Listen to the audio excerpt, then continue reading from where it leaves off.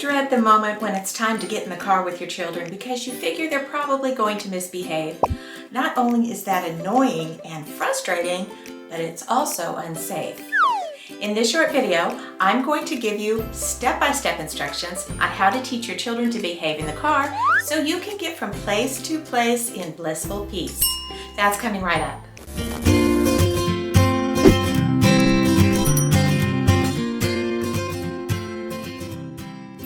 To get your children to behave in the car, you need to have a training session, and here's step-by-step how to do that. Number 1, have a conversation. At a time of no conflict, sit down with your children and lay out the plan. If you're watching this video, they likely already know this is an issue. Have a conversation that is age appropriate. Be sure to explain that bad behavior in the car can cause an accident, and that is dangerous. Number 2, lay out the plan. Tell them you have a plan to change the problem. They will learn the plan in this conversation, and you're going to practice it with them to make sure they understand and will be ready the next time you go on a car ride. Number 3, assign seats. If you have several children, assign permanent seats in the car and let them know this will be where their place is every time the whole family is riding together. This will eliminate arguing and confusion about where each child is to sit each time you get in the car. Number 4, one toy. Let them know they will be allowed to have one toy with them each time you get in the car. If they argue about which toy it will be, they will lose that one. No arguing or no toys at all. Also specify it cannot be a toy with lots of little parts that will get all over the car and get all over the floor and get in between the seats. One stuffed animal, one small car, one small toy of some kind is just fine. Or it can be a book if they prefer. Number 5, give them the rules.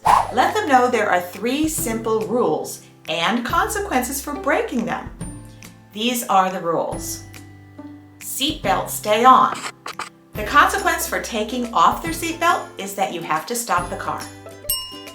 No touching others. If they touch someone they're not supposed to, they will have to sit on their hands until you tell them they're done.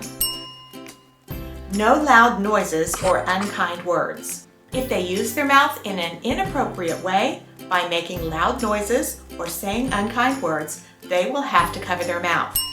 Now this is the CTM method, and if you don't know about the CTM method, there's another video on this channel, and I'll put that in the description below that will describe it to you. Basically, cover the mouth is the CTM method.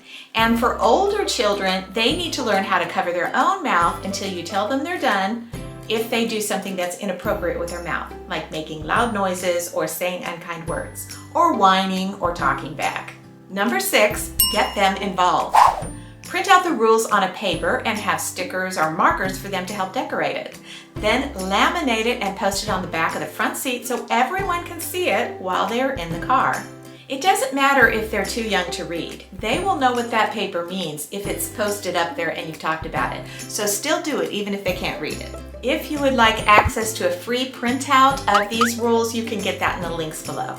Number 7, practice and make it fun. Do a car drill where you're going to pretend that you're going to go out together in the car. You can make this a fun time so they will be excited about the practice time.